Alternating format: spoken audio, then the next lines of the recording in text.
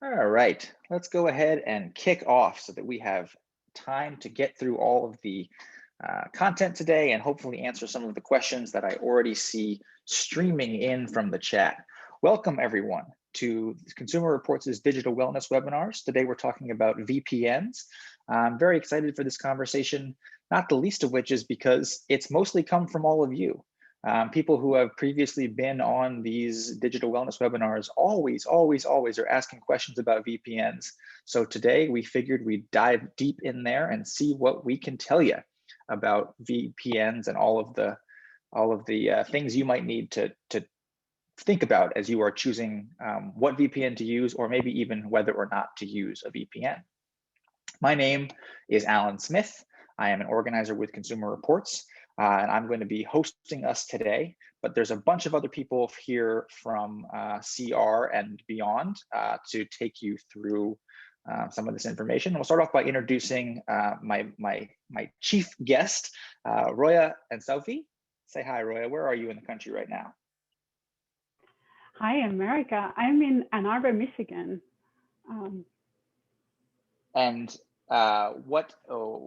Tell people, I guess, a little bit about your background and background with VPNs. Absolutely. So I am a computer scientist and a professor at University of Michigan, and I run a team of bright students, young students, 10 of them, at the computer science department.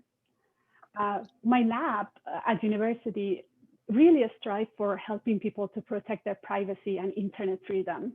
In another way, we want to make sure users get access to all online resources and not fear Big Brother watching and stopping them. So VPN is globally used for both privacy and censorship circumvention, and that's why we are interested. Do you want me to explain? Let's go through the other people who we know from CR on the call. We have Kimberly here, who is mostly going to be, I think, in chats and helping us with some polls and running through. Hi, Kimberly. Hi, everyone. We've got Amira, who you will see, and Rafika, both of whom you will see mostly, I think, in Q&A. And they will be those are the faces that are answering your questions in rapid fire as we try to get through as much as we can. So today, what you can expect, we've just introduced you to to the team. We're going to talk all about VPNs. We're going to tell you what a virtual private network is, and we're going to tell you what the different things you should be thinking about with a VPN, choosing a VPN are.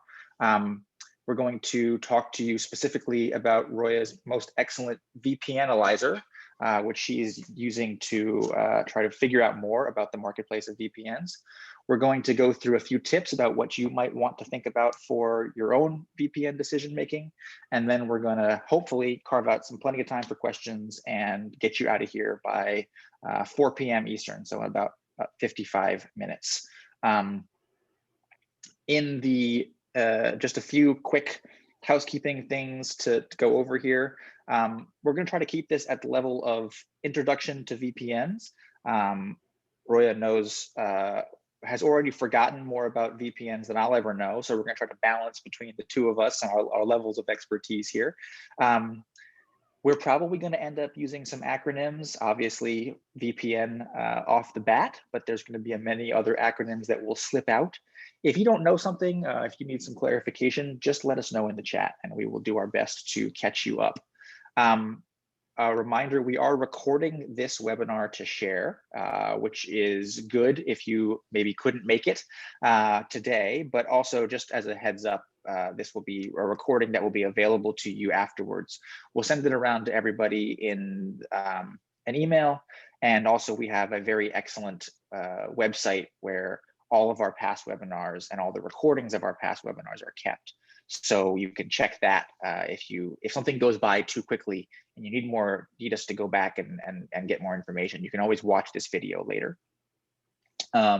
My hope is that at some point soon, closed captioning is going to start up on the bottoms of your screens, though I do not see it yet on mine.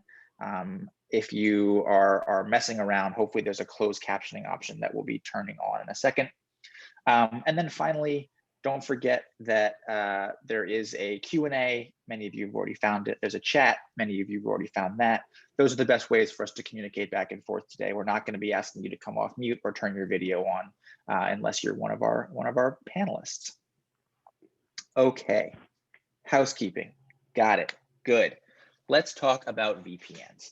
So a virtual private network, otherwise known as a VPN, is something that is it's a piece of software which routes all the data that you send to and from your computer or smartphone through its own server.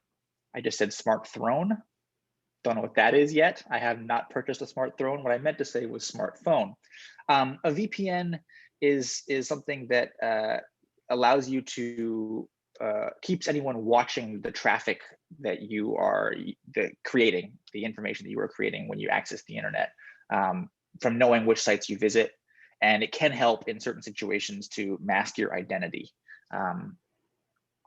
It's a tool that is useful for security, but I think we can start off by saying should not be viewed at any point as a silver bullet for any sort of like, once you have a VPN, you're totally safe online. That's not our goal here. But things a VPN can definitely do. It can hide your location. I should say hide your location, not hid your location. It can allow people that, it can sometimes allow you access to content that might be blocked.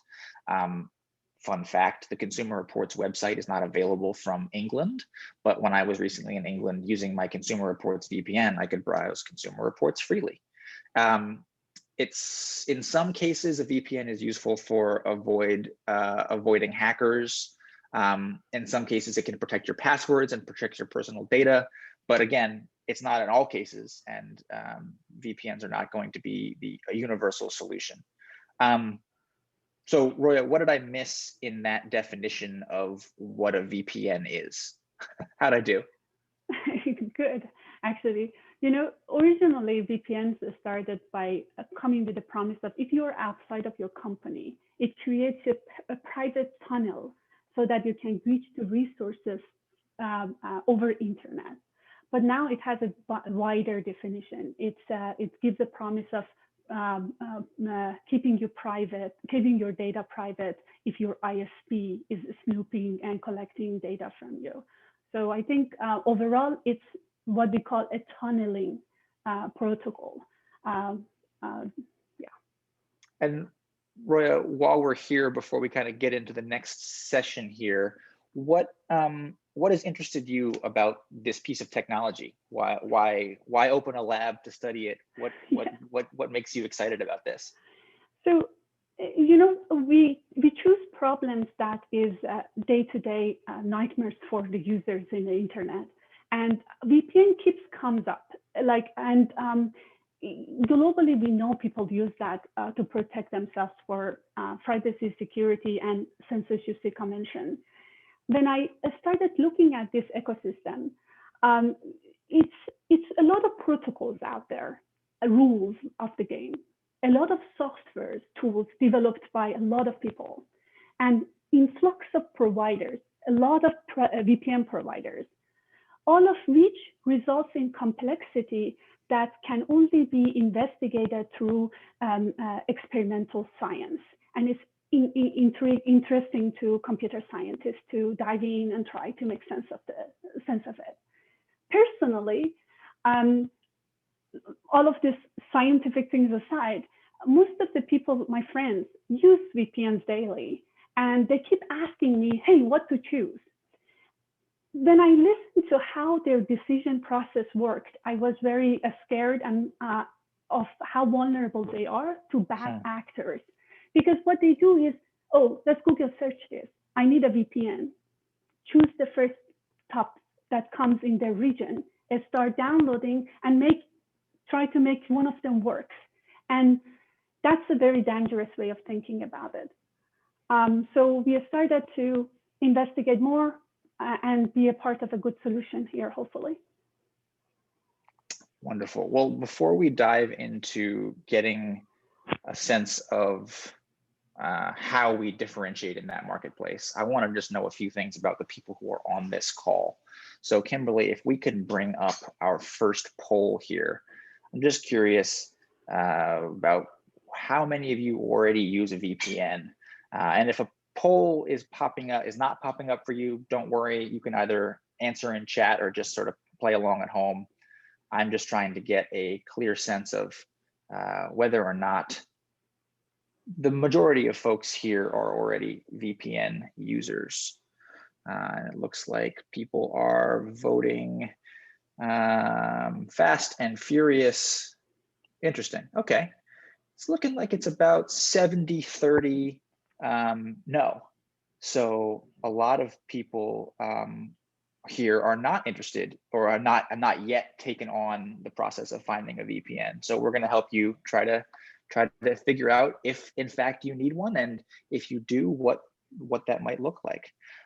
So, and though for those of you who are already using a VPN, we've got a bunch of stuff for you about how to evaluate the service that you've already chosen to see if there's something that you are not getting that you should be getting. And then also we have an exciting research opportunity to work with Roya and her team to test the security of your VPN in the future. So excited for both yeses and nos. And let's see how well we did in the opening thing here with our second poll here, because I want to know, this is a true or false question. What do you think? True or false? A VPN will ensure you remain 100% anonymous online and that no one can see your data. What do y'all think? Is that true or false? And again, the votes are just rolling in. We've got more than 1,000 people watching this today. So thank you all for being here. Very excited this has hit as well as it has. And for those of you who are having a little technological trouble, either with seeing or hearing, we apologize. Zoom is probably doing its best to keep up with all of these people. So looks like most of you correctly identified that this was a false statement. A VPN will sometimes ensure that you remain anonymous and that sometimes people cannot see your data. But one of the things we're going to be talking about today is that it's not 100%, and you shouldn't think about it as 100%. Okay. So we have a good sense more than 3/4 of the people here are not yet VPN users. So let's get into the question of why, and Roy, you just referenced this a little bit, but why is picking a VPN so difficult for people? And there are a bunch of reasons. It's a very crowded space. There have been a bunch of new technological offerings in the VPN world recently. Like many of the people on this call, I imagine consumers are struggling to differentiate between all those new offerings, and some are secure, some are less secure, but the marketplace has really been flooded with VPNs in the last couple of years. And those offerings are also wildly variable in terms of pricing. So while sometimes in some marketplaces you can look at a price and have a good sense that if you pay more, you're going to get more, that doesn't even seem to be close to true in the VPN world. And partially that's because it's the Wild West out there. There's no industry standard that people have particularly agreed on, and there's no government standard that the government has come in to look at whether or not VPNs are trustworthy. So let's think about, so in that marketplace, I know that, Roya mentioned this before, but Roya's team is trying to bring some method to the madness, right? Trying to begin to differentiate all of these different things. And Roya, take us through what VPNalyzer is and why you are our hope for some kind of answers to these questions. Absolutely. Alan, you did a really good job of painting how messy and unregulated VPN ecosystem is. And previous studies, be it done by academics or tech policy people, look at this ecosystem and emphasize how weak VPNs are. But they're on systematic investigation. They require a lot of manual and labor-intensive work. And as a result, they only have done look at a small slice of the market, let's say a top 10 or 20. And they are research studies of doing a good job, but only at one time, like let's say 2016 and nothing after. So we decided that we need to bring a little bit more structure to the VPN ecosystem by building a data-driven VPN observatory and engage users in helping us collect the data and be an integral part of it. My experience suggests that ensures sustainability. And by we, I mean Ritika, Leonid, Anjali, Dwayne, and I. And we started a project called VPNalyzer. So if you go next. So VPNalyzer look at the problem in two parallel tracks. The first one, we said, let's build a tool that users download, enable users to run our tool, and through that, test the VPN, how well it's doing. Does it do a good job at providing the promises? The second track is about surveying the users, the VPN providers, the recommenders, in another way, as stakeholders, to understand how they think, what are their trade-offs are, and so on. So if you go next, with our tool, basically, we ask certain questions, the categories of questions. So as you know, internet protocols advance over time. So we want to know whether the VPN providers have an eye on it. Like, do VPN providers upgrade the protocols? Like, we know DNS protocols is very messy. It was written like decades before, but there are additions to the protocols, DNSSEC, that, for example, ensure integrity of the DNS responses. Do they implement those things? Another one is there is a protocol specifically designed for providing privacy. Do they have that implemented? Another category of tests we do look into is, you know, we have this advancement in protocols, but in implementations, VPN providers are often messy. They don't do a good job. And so as a result, they do misconfigure. There is a lot of misconfiguration and information leakage. So you want to know, for example, whether the VPN providers does a good job in tunneling or in basically hiding all users' traffic or not. Or for example, one of the bragging advertisement, if you look at the VPN website, is, oh, we have a kill switch, which means that if for any reason the VPN connection is disconnected, they have mechanisms to protect user data. For example, like would tell the user that, hey, VPN is gone, stop browsing.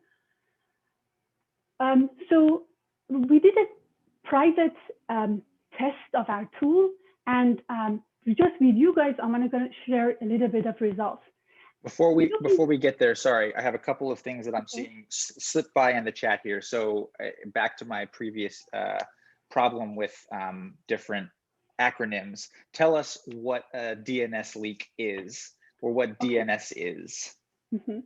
So imagine one of the concerns we have in the area is ISPs, for example, your internet service provider can see in a plain text when you're sending a DNS query. What does that mean? It means that you say, give me the IP address where the content for google.com is, or Facebook or twitter.com. So you know the name google.com, it's mapped to an IP address. And this is called DNS query and response. And this is because the protocol is designed like decades ago, it's plain text. So what ISPs do form this stuff, and they basically sell them to advertisers. This is basic thing. But so what, you can use VPN to hide this stuff and not make it available to ISP. If you use a VPN, for example, ISP doesn't know, hopefully, if it's configured right, that you're going to these old domains. And there, so we want to make sure that VPN is not leaking DNS routing or tunneling all your traffic. And that's one of the tests we do. Do they have a good implementation of the tunnel? So that it's living up to the very basic claim that it's making, that it's not allowing that stuff to leak out. Wonderful, thank you. I think that was the big thing that zipped by, but essentially, folks, you can think of these tests as kicking the tires and making sure that the VPN is basically living up to its claimed abilities. Yes, that's true. And yeah. I think we had people who are still asking what DNS stands for. Kimberly's been dropping the definition into the chat, so we'll see if we can get that working for you. So you would like to tell us about, show us this next bit, is that right? Yes, so and still on this, no, the same slide, if you go back. Aha, excuse me. Sorry. And also, like, imagine the VPN does all the things right. If it doesn't have a good throughput, if it doesn't have a good speed, you wouldn't use it. It's not going to be adopted. So we test for all these things to tell you that, okay, your VPN is actually have a good bandwidth for you. That's interesting. We had somebody a couple people in the questions and answers saying, when I use my VPN, my internet seems to slow way down, and it's like I'm drinking through a straw. This is what you're talking about here with bandwidth, and the VPN ends up sort of throttling how much you can get. Yep, that's true. Cool. And we can talk about, do you want me to? That's definitely happened, because what VPN does is you get your traffic to go to another hub before it goes to the destination. So it adds a distance, and as a result, add delays.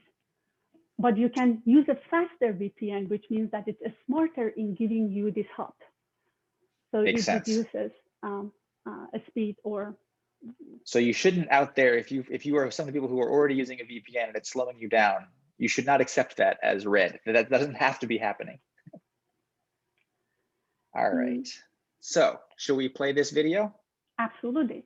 Let me get my narration ready. Okay. So this is a demo of how our tool is going to work. Before you run it, let me just say that before you go to our website, you download an application, you click on it, you start running it. And as a result, we show you something like a privacy policy, consent, that we went through it and received a lot of feedback. So it's not like privacy policies that you would see normally that is hard to read. We made sure that it's very digestible, and our heart is with you. So we were making sure that we do everything right, aligned with your interests. And then we come here, we show you some, what does your IP address look like, and ask you to turn off your VPN first. Then we ask you to give us some privileges because we want to run lots of tests. We then ask you to turn on the VPN. At this moment, we start running all our measurements, like all the things I talked about, checking the privacy and security features, checking how good a VPN it is, checking if leaks or misconfigured. All of this happens in almost 3 minutes or so. Dun, dun, dun, dun. It's 14 of them. We designed the tool in a way that it's modular. It means it can be added more tests if we need so. Then we ask you that turn off the VPN, because we want to make sure that the results that we see can be corroborated, and we can say that this was because of the VPN. So we have WIT and VPN tested and then compared. A control group. Exactly, exactly. Excellent. And this is because internet is so messy, you never know what you observe.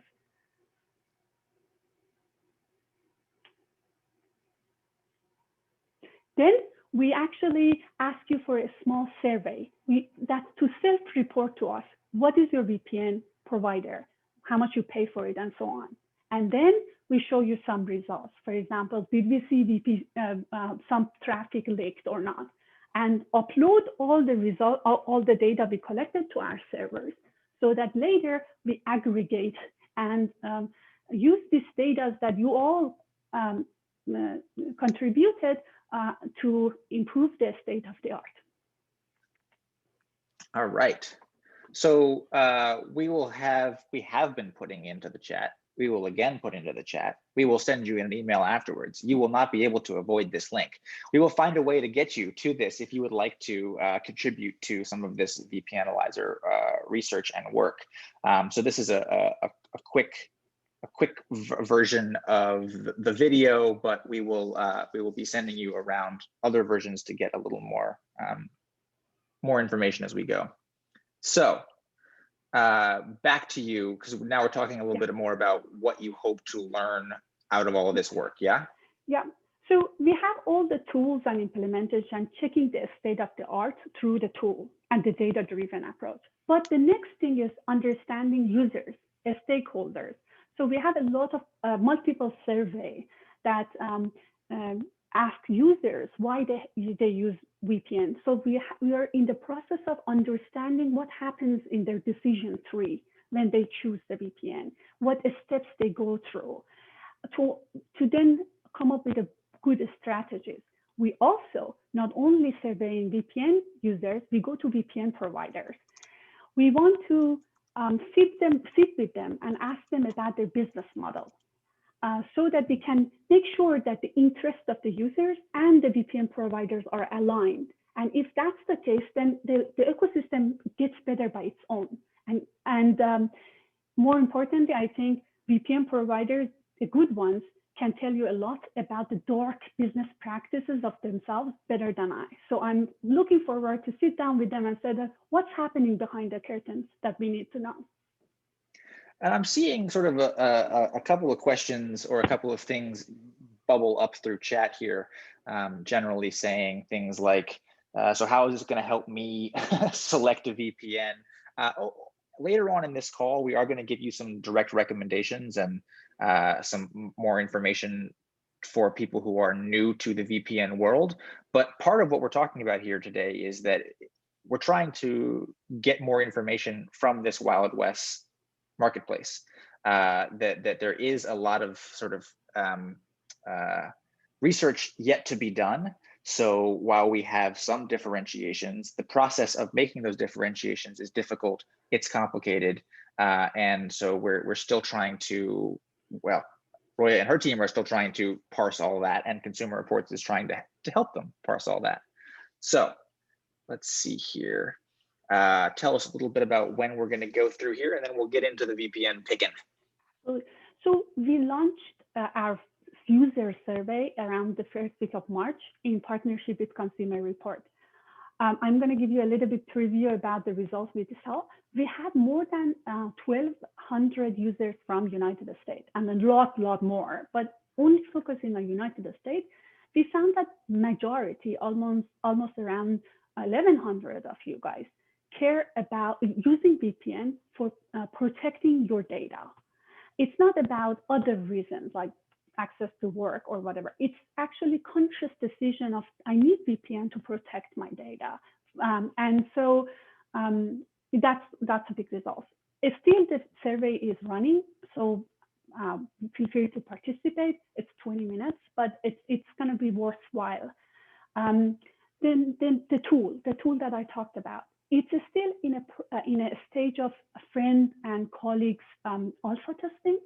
So we iron out things that doesn't work. In the next step, it's going to be tech savvy users as a tester, and then immediately after, it's going to be public release. So watch for May, I think, that's when our public release is going to be launched. Wonderful. And I'm going to skip by this because I think we're going to be sending you both these pieces of information in the email. So let's get into how you might go about selecting a VPN provider, because that's what people are excited about. So a few things. As we have gone through this, I'm seeing some people in the chats, some gently and some less gently saying, we don't need to hear about esoteric nonsense. But I think you're wrong, because I think actually what you do need to know about VPNs is how they work enough to know what you're looking for yourself, because not all VPNs are created equal, and they're not all going to do the same thing. So trying to figure out what of all the things that they do you find the most important isn't actually particularly esoteric. It's actually kind of core to anything you might be able to take away from all of this. So a couple of things that you should start off by thinking about when you're selecting your own VPN. Don't get a free VPN. As is often the case on the internet, if you're not being charged for it, that means that they're going to make their money somehow. And if they aren't charging you, they're often selling or sharing your data so that they can make a profit themselves. Now, either that might happen through some sort of leak, as Roya was talking about before, or just part of their best practice is that they gather up all the information they collect around you, and then they sell it on. So that also means that you should choose a seller or organization that you trust. Now, a lot of these VPNs are coming from places that this is the first the company only puts out a VPN. We're sort of recommending that you try to find a VPN that has been created by somebody who has a track record, who exists in the world, who you can check out and check in on. And we recommend that you do a lot of reviewing the privacy agreements and the policies that you choose to sign up for. So we've talked a little bit about, and we will talk a little bit more about the different ways that VPNs work, but you can go in and read what their privacy agreements will actually say. So Roya, is there something that you would recommend, like, are there like 3 words that you would, control F and find in a privacy agreement or policy? Like, what do you look for in that to make sure that it's useful? Third-party audits, and look at the date of that. Like, it's recent and frequent audits by third parties, or hopefully organizations you know of that backs that. I think that's one of the key things I would say. So right now that's not Consumer Reports, but soon that will be VPNalyzer, right? So we want third parties who are going to dive in and tell us, yes, this is doing what it says it's doing. And you'll be able to see in their privacy agreements whether or not they're citing a third party and whether it was cited in 1999 when they first launched, or whether that's the thing that they're doing regularly. And then the final thing is, the final thing for this slide is that you should look for multiple device VPNs. So using a VPN is just as important. If you're going to use one, it's just as important on a mobile device as it is on your computer. So you should pick a VPN that allows you to connect to both theoretically with the same account. And we said before that price isn't always a good indicator about whether or not a VPN is legit, but having multi-device often is a better option because it usually means that they're a little more technologically complete. I think is a fair way to say that. So when let's get through the second bit. As you are choosing a VPN, try to find one that's easy to use. That means it's sort of one click to turn on or easy to initiate. Usually VPNs that require some sort of complex sign-in process will actually end up keeping you, the user, from actually remembering to use them, which means that they're less effective. So there are ones that are easy to use that are one-click options. So we suggest that you go in that direction. We suggest you look for VPNs with multiple servers, lots of connections to many spots or many areas in the world. This is a good way to limit that slowdown problem we were talking about earlier. So if there have lots of servers and there are lots of ways to ping each VPN, then you have a better chance of finding one that's not going to end up throttling your bandwidth too much. We mentioned this before, but check to see if it's transparent with whether or not it's being audited by a third party and whether or not those reports are publicly available. You don't even necessarily need to read all the way through all of them if you're not a tech expert, but knowing that they are audited and that there are reports available is probably a pretty good sign. And make sure it doesn't log your user activity. So VPNs will be very overt, or some VPNs will be very overt about the fact they do not log their user activity. Okay, that's a lot of stuff. Roya, is there anything you want to pull out of either of those slides that you think is like a most important thing to think about? Yeah, I would say that, look, users have different needs when they think about using a VPN. For example, you want your data to be private. You want, for example, stay anonymous. It means that you want to, for example, hide your activities and only you know what you're doing on internet, and so on. So you have to think about what what you want from the VPN. If you just want, like, the best VPNs that has the endorsements of a lot often provide the basic minimum needs that most people need. But I want to emphasize that you have to think about, like, who's your adversary here, and what kind of how do you want to protect yourself against that? Yeah, let's pause and actually spend a second on that. So like two different use cases. Let's start with use case Alan. Sitting at home for the last year, not necessarily doing much connecting with public Wi-Fi. I do most of my browsing work related. Don't necessarily need a lot of I'm not doing a lot of online shopping. Do I need a VPN? Because you're at home, and I think you're in a famous ISP, I would say not necessarily, but yeah, I wouldn't use VPN in your scenario. And so give me a profile of someone who you think absolutely you should be using a VPN when you connect to the internet. Who's that person?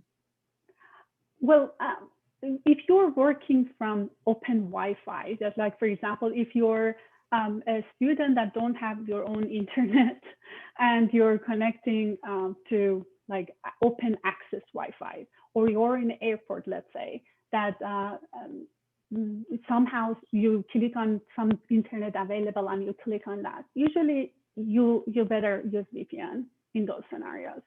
Or, yeah, libraries, hotels, exactly, your local Starbucks. That's a time when you do want a VPN. Exactly.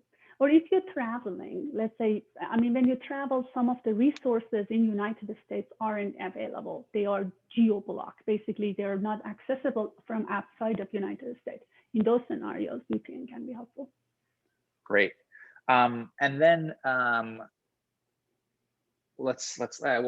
hold that for the question and answer. I'm seeing a bunch of things going by. People are very active in the chat, very active in Q&A. We love you guys. Thank you so much for being here. I'm just going to name check a couple of ones that we think are very good for different privacy focused reasons. Movad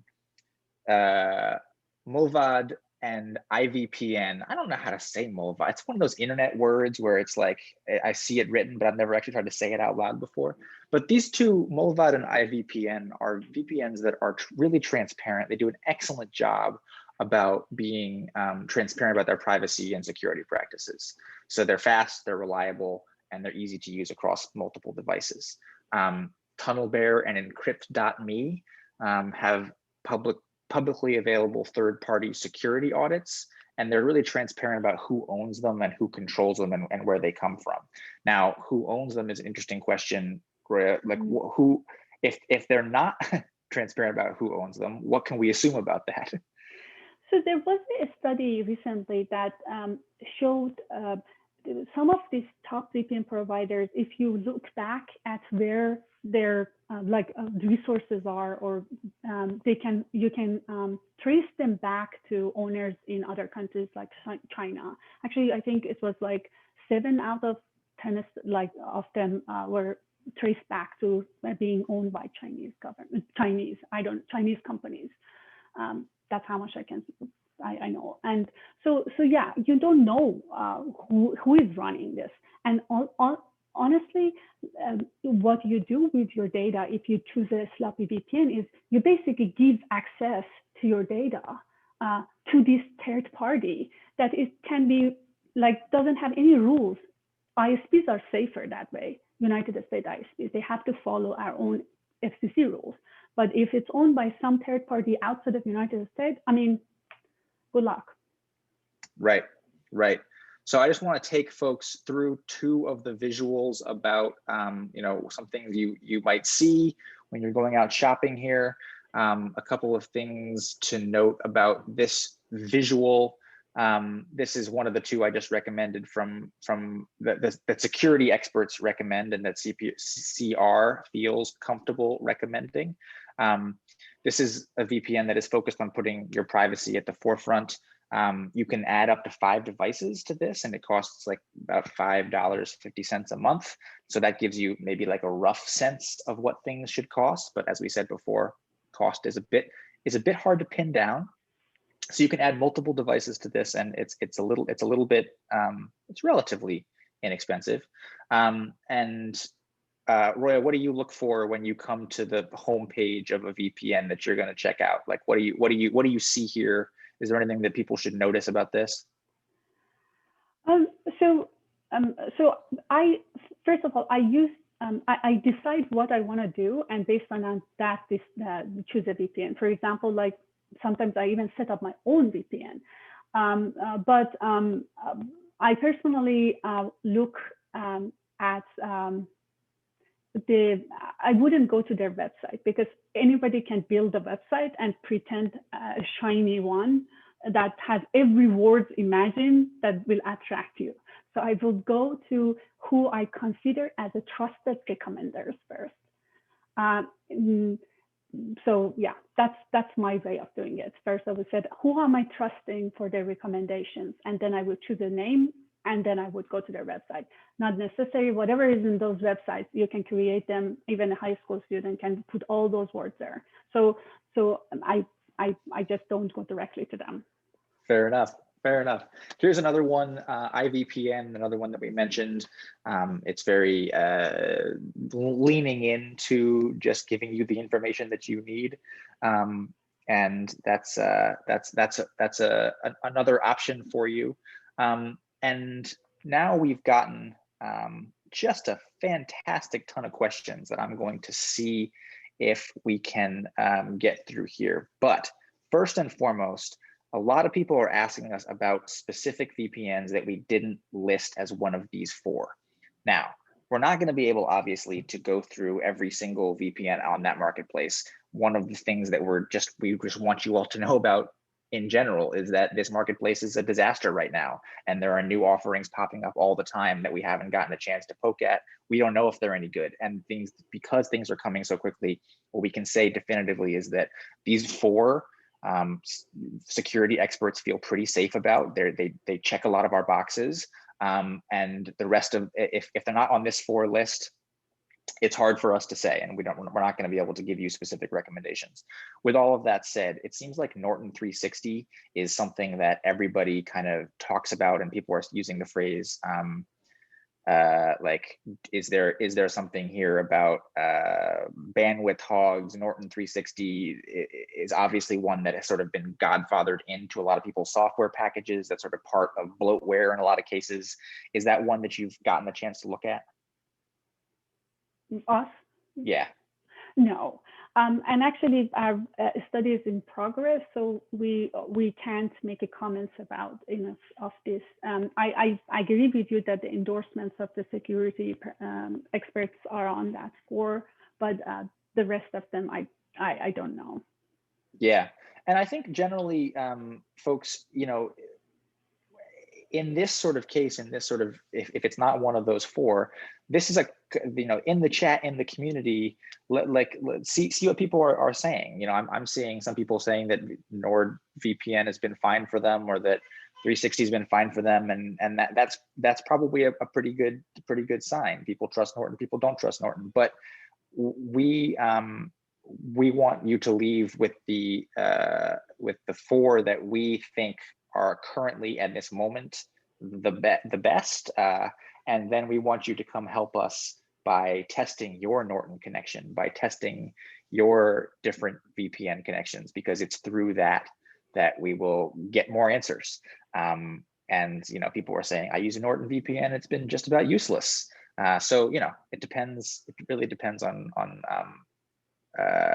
different things. So okay, people are asking for me to repeat the 4, and they're going to come into chat, but I promise you we will send them around in an email as well. Okay, if I'm going to look for questions then that are not asking me about specific VPNs, which many of your questions are, Amira, are there any questions that jumped out at you that you think everybody should get a listen to here? Oh, definitely. Let me just pull that up because I had written some down. We've got a lot of questions about VPNs that are built into browsers or devices automatically. There you So go. ones that are like Apple or otherwise that might connect to your smartwatch, your phone, or your computer. How do we feel about recommending those ones that are already built in or seem more convenient than having to like purchase or do this other sort of external ones? Mm.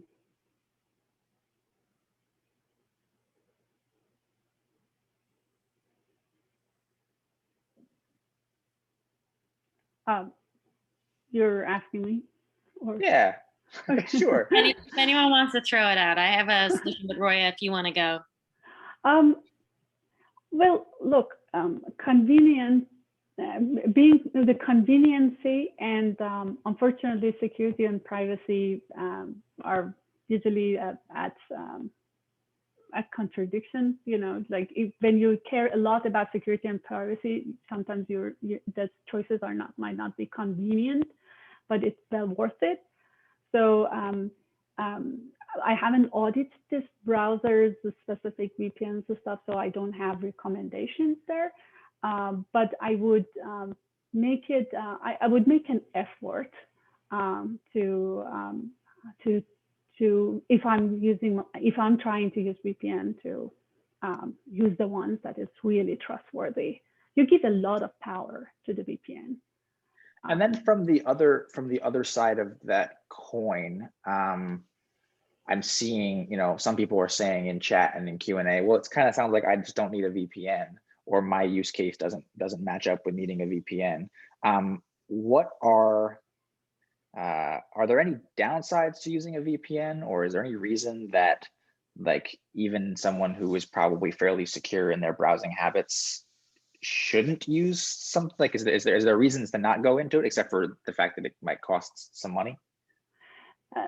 So yeah, I mean, honestly, if you're using it, like, let's say if you said avoid free VPNs, or even like if you're using a VPN that doesn't have endorsements of a lot of people, then I think it's better, you're better off not to use it at all, because there are a lot of rules on ISPs and how much they can do in United States that the VPN providers not necessarily abide, or you never know.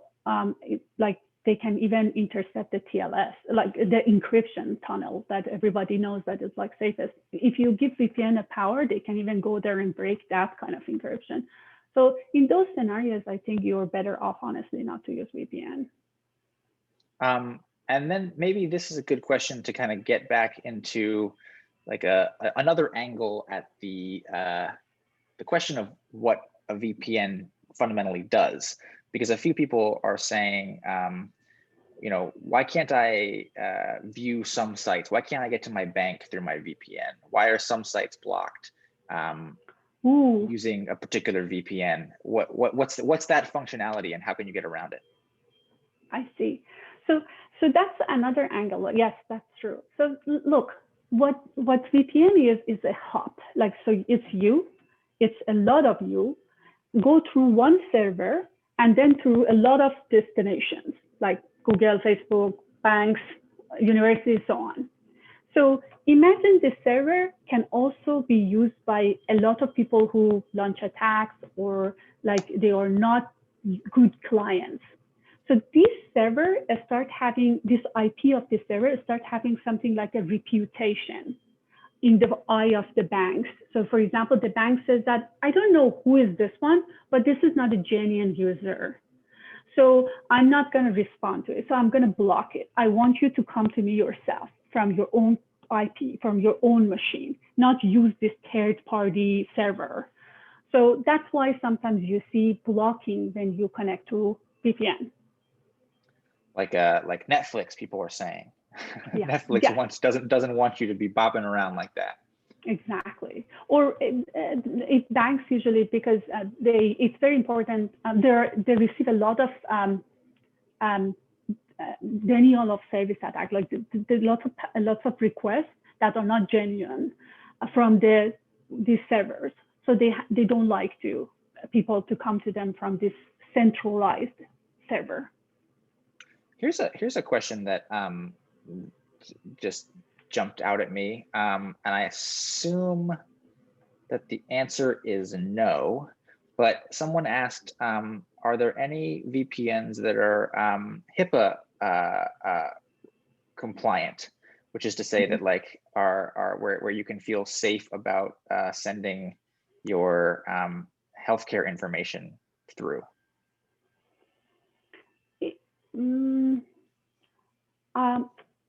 I don't have information on that. Yeah, unfortunately. That's kind of what I thought. It was an interesting question, but it seemed like it might be a bit far outside, and that's a hard one. Let me see. Lots and lots of versions of how about my internet connection option? Alan and Roy, I can jump in with another one. So Go for it. We do have a lot of questions on our sites starting to block VPNs, or sorry, starting to block you if you are using VPNs. And so I know there's many people jumping in with comments on this, and some of this is potentially related to your internet connection, the ISP or others. But are we seeing a trend of companies and sites blocking you if you use a VPN, and what would that mean potentially? Roy, if you have an answer, feel free to jump in. So yes, as I mentioned, when you're using VPN, you share connections by so many other users that use the same server, the VPN server. So as a result, that means bad actors also. So servers like banks, like Google's, like not Google's, banks like the shopping websites and so on, sometimes don't like that, and they block access through that to protect themselves from receiving all these bad requests, not genuine requests, basically. So yeah, that's very commonly practiced, especially with the not well-known VPNs, because those are the VPNs that bad actors use, like free VPNs. Anything else jumping out to you, Amira? There's a lot of comments on connection speeds when using VPNs. I mean, some people like myself have experienced that. Is my downloading slower, or is my connection speed not as quick? And so, as we think about that sort of tension, sometimes it makes it so that you don't want to use your VPN and you might turn it off. And that is often quite tempting, which I just want to call out. And it makes me evaluate when I might use a VPN. And why you might want to use them at certain times versus others. But I did just want to call attention to that, because it has been really common for people to say in the questions right now. It's just that VPNs have slowed down their connection or altered their connection in some way. Yes, and that's really true. Like you have to decide on why you're using VPN. So let me tell you why I do. So I have, like, sometimes I want to access to resources within the university. I have to use VPN for university VPN. Sometimes I actually travel, so I want to watch Netflix, and I use a VPN that offer a good service for watching videos. And then sometimes I really want to be like hidden what I do. I don't want anybody to know what I'm doing. In that cases, I use something called Tor. So like based on different things, I do different things personally. So I'm going to take us out in just a second here, but I have one more question, and I'm going to use Michael, I think that's Michael Ardadell, as a stand-in for Vox Populi and everybody else here, because he gives us Michael or Michelle, I'm not sure, I shouldn't gender this person. This person gives us a good case study to go out on. So here's a case study for you, Roya. I access our bank every day and may transfer or pay a bill at times. I access Safari, then my chosen website to pay a bill or order a product. My husband browses often because he has many interests. We often get a lot of unwanted email, let alone email of a certain type. I mark these as junk, but get them on a daily basis. I feel strongly that I should use a VPN. Am I correct? So in that world where lots of browsing is resulting in sort of spam email or people tracking their internet usage in such a way that they're getting feedback, does a VPN help with that?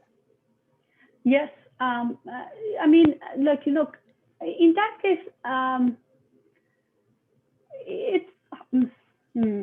it's hard for me to make a general statement, but I know I have to.